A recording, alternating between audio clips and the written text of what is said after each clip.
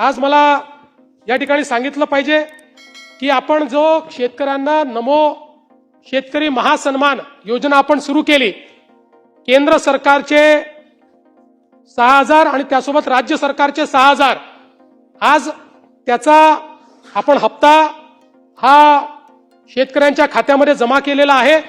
आजच दुपारी माननीय उपमुख्यमंत्री शिंदे साहेब, माननीय उपमुख्यमंत्री सुनेत्राताई, कृषी मंत्री, कृषी राज्यमंत्री यांच्या उपस्थितीमध्ये 90 लाख शेतकऱ्यांच्या खात्यामध्ये त्या ठिकाणी 1800 कोटी रुपये हे आपण जमा केलेले आहेत।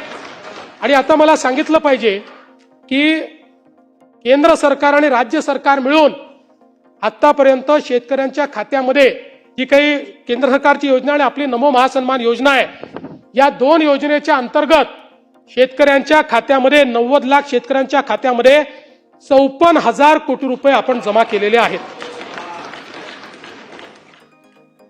आमचे माननीय सुधीर भाऊ हे सातत्याने धानाच्या बोनसच्या संदर्भात त्या ठिकाणी आग्रही आहेत। सुधीर भाऊ, मी आपल्याला एवढं सांगतो, तत्वतः धानाला बोनस द्यायला आमची मान्यता आहे। फक्त या वर्षीची सगळी परिस्थिती जी आहे त्याचं आकलन आम्ही करतो, कारण नाही धानालाही देऊ, ते अडचणीत ऑलरेडी गेले आहे, त्याचं नुकसान झालेलं आहे, पण धानालाही बोनस देण्यात येईल। त्याचा जो क्वांटम आहे आणि जी पद्धती आहे या संदर्भात लवकरच आम्ही निर्णय घेऊन पण धानाला बोनस देण्याचा निर्णय हा राज्य सरकारने निश्चितपणे या ठिकाणी घेतलेला आहे।